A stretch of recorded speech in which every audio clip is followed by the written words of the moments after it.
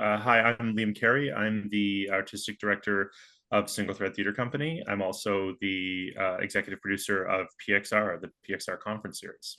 Well, I'll start with my company. Single Thread Theater Company is an immersive theater company that was founded in 2003 at Queen's University.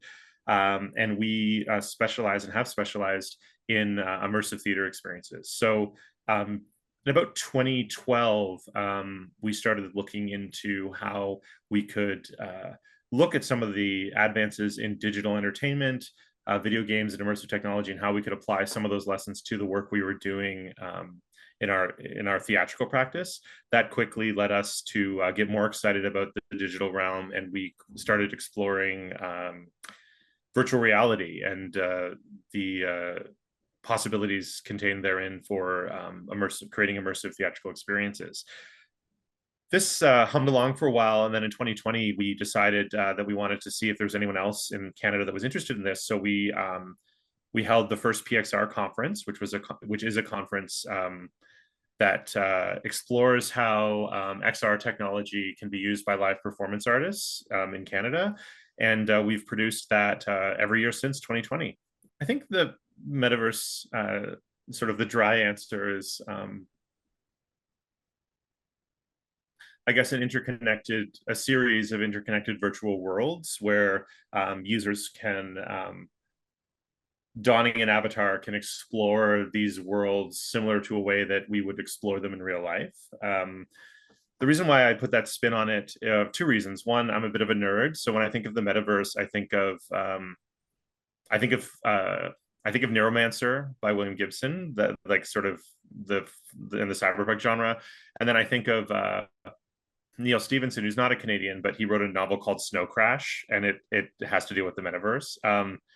And those really resonated with me as a theater artist in Canada who specializes in immersive work, because first of all, being a Canadian, our country, and that could be unpacked, but let's just keep going. Our country is massive. Like, there's so much space here, which is a real gift.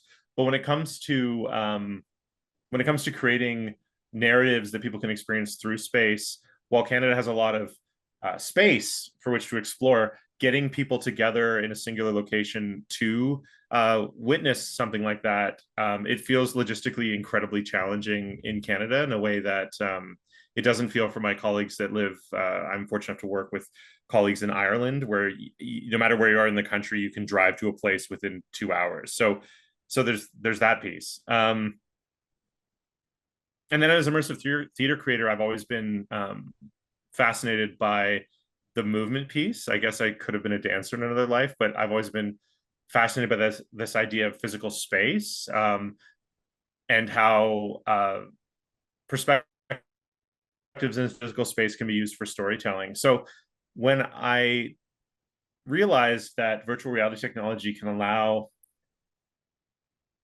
potentially an infinite amount of perspectives that can't be provided by sort of conventional staging, I was hooked, and I really wanted to explore more.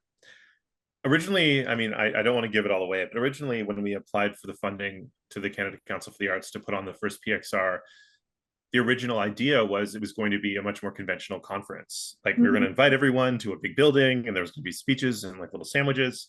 And, and we were excited about that because we were excited about exploring it. But then when the pandemic hit, the Arts Council reached out to us and said, guys, do you want to postpone or cancel? And we had a meeting with the company executive, primarily Alex Doe, who was the prime mover of the first PXR, and myself. And what are we going to do? Because we think this is special and very timely. And we thought to ourselves that the most powerful work that our company had done thus far, being an immersive theater company, had definitely occurred when the format in which the experience was delivered paid homage and reinforced of what was being what was being transmitted. So we're like, we should have this conference in VR. Like, we should do that. One, we can do it, but two, what better way to advocate for Canadian artistic creators in VR than to hold the event in VR? And then we did some quick research and we're like, has anyone tried to hold a conference in VR that we know of? And the answer was no. Like, no one in Canada had tried to do it yet. So we're like, okay, let's figure it out. And that unity of purpose made us go for it. Yeah, and it was really ratifying. One thing that was really satisfying about that first year, um, because of the fact we went entirely virtual, um, it allowed us to save a lot of money on standard conference costs like flights and hotel rooms and everything. So we were able to take the money that was going to be used for event logistics, I believe we bought 75 headsets, and then we just gave them away to Canadian artists. Like, Canadian artists who didn't have access to the technology got to come to our conference and learn, but they got to have a $900 headset that they got to keep in order to keep exploring, and that felt like a huge win in terms of accessibility. Um, if I may just draw an underline under something that I think is really important in terms of PXR, um, single thread and PXR were really dedicated to this idea of creating community.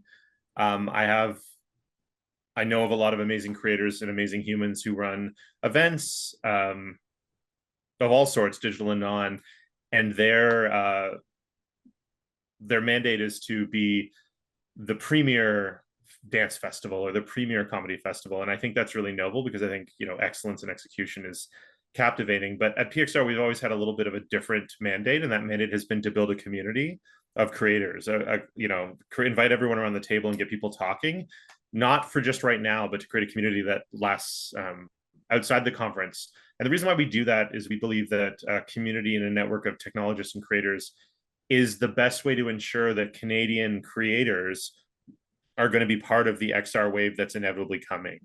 We really see PXR as an event that's getting ready for participants to participate now, but we really believe that the heyday for XR technology has not now. Maybe it's 8 or 10 years ahead of us, but it's coming. So how can we get interested people from Canada and around the world? How can we get them familiar with the technology, get them connected, and get them building the skills so that when XR's moment arrives, as many people from across Canada, particularly those from equity-seeking communities, are skilled, equipped, and ready to go? How can we get in on the ground floor of this? So that's a few of the whys of PXR, if I may. We're a theater company. Like, we create live performances. So let's see how live performance, not just of theater, but of circus or music or stand-up comedy, how can live performers use these tools to enhance what they're doing? And I think that's something that makes PXR relatively unique. The biggest challenge of that translation, I think, hinges back to this concept of liveness. I believe a colleague of yours and a former collaborator of mine and someone I'm a big fan of, I think of Dr. Jacobson's work on, like, what is liveness? What is that? And a big argument / discussion I've had with various theater creators about the XR realm is it possible to incorporate those tools and still maintain that liveness? Because liveness is generally regarded as what makes live performance special. And can that translate? Can you have liveness if you're all wearing VR headsets? How do you successfully transmit that liveness, that ethereal term of live performance? How do you bring that into the virtual space, and can you do so in an authentic way? I would say that's the biggest challenge. And if I may, just to elaborate, and forgive me if I'm a bit rambly, I've seen some non-live VR and XR experiences, films, video games, animations that have taken my breath away, and they've been incredibly powerful, and they have as much value as anything live. But there is something to liveness that is unique to live performance. There's something there, and it's a ghost that we're always chasing. And it's been fascinating to see live performance creators debate in virtual halls whether or not can that ghost be found here. Are we finding it now? Will we ever find it here? Is it possible? It's really fascinating to be engaged in those conversations. I think from my perspective as an immersive theater creator, before I entered the digital space, I'm always chasing value for the audience. Like, whenever I create anything, whether that be a conference or a play or a meal or a card for a friend, if I'm doing my best work and being my best self, it's not about me, it's about the experience of the person partaking. And as someone who's obsessed with this idea of immersivity, um, I think I'm bringing that same sort of all-encompassing obsession into my work in the digital realm. So, for instance, in a conference context, something that we learned in the first conference, which we tried to replicate because of the value it provides, is we don't have to do this, but we always create the hallway moments. And by that I mean the most powerful moments we've we've witnessed and we've heard about from people who come to the conference isn't when necessarily when they're watching a presenter. It's when between presentations there's 15 minutes and we don't let them just warp to the next talking head. You have to walk down a hallway, walk past the water cooler, and like go into the next room. And while you're doing that, you run into someone from across the country that you've been seeing, and you're like, oh my God, it's so Jung and like Liam. And then there's these like spontaneous conversations that occur that feel organic and discovered and real and form a bit of a community. And that that creates a compelling experience because it's immersive. That creates a compelling experience because you feel like you have agency, like you must be fully in this digital hallway because there's Liam and he's talking to you and you're discovering this authentic human connection that wasn't planned or scripted in this moment. That's the conference version. In a work that I did, everyone's basically doing puppets, everyone's in avatar manipulation, and I think the liveness, how we got the liveness despite the fact that everyone looks like a poorly drawn cartoon character, is when the audience looked into the world was looking back at them and the world was reacting to what they did, like honestly, organically. Like being an organic being with a brain, you could sense that the giant squid, it wasn't animated because you just knew intrinsically that it was adjusting the way it looked at you depending on how you were moving. And like I think we have an innate sense of that, and technology hasn't quite provided that. So knowing that there's a consciousness looking back at you that's adjusting to what you do and therefore by extension knows that you're there, I think that's a really powerful moment that makes powerful, memorable experiences. And I think that also imitates the relationship between a performer who's performing in a non-digital space. I think if you're watching a play, a play and the play's really good and you're in the dark and you're sitting in a seat with 200 other people and you're watching performers on stage and they're not looking at you, but I think when live performance is good, there is a connection there. There's a symbiosis. The actors know that they have you. The actors know when everyone's with them, and you know it too. And that biofeedback is that liveness. But I'm definitely not Dr. Jacobson. I'm sure she'd have much more intelligent things to say about it. But that liveness is what we're always chasing, and I think that pursuit is true if you're doing a Prost Arch performance of a Shakespearean tragedy, or if you're a cartoon fish in a virtual world that we created. Like that connection is what we're all craving. That connection is what we're craving for. And I think some people see XR technology as like a dehumanizing or distancing tool. I think probably it could be, but I feel like the strength of this technology will be how it brings us all together and makes us feel connected. And that's what, as artists, we should be chasing.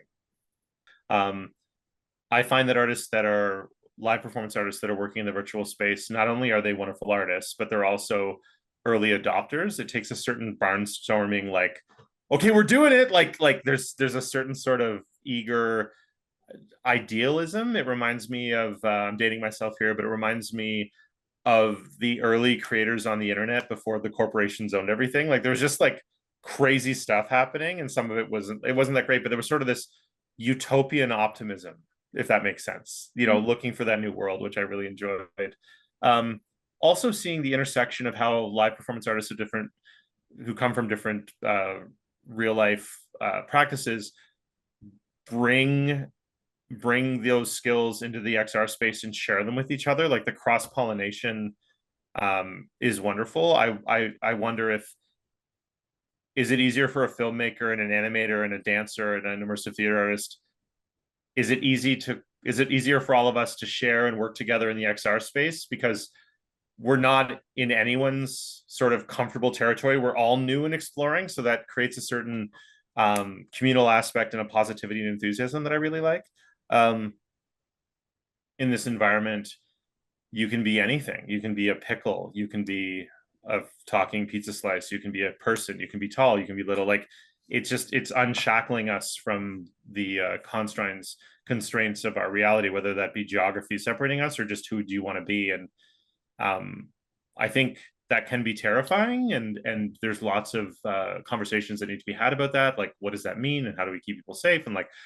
And I think those conversations are really exciting, but also just the incredible freedom that that provides that's never been offered before for communal storytelling and communal being, I think is really, really exciting. Definitely. I think it's definitely impacted us. I feel like the pandemic, although it was terrible and let's never do that again, did give, I think, some enthusiasm for this technology for sure. And I think the recent excitement about AI, I think, is pulling some resources away, but AI is quite exciting as well. And there's lots to talk about there.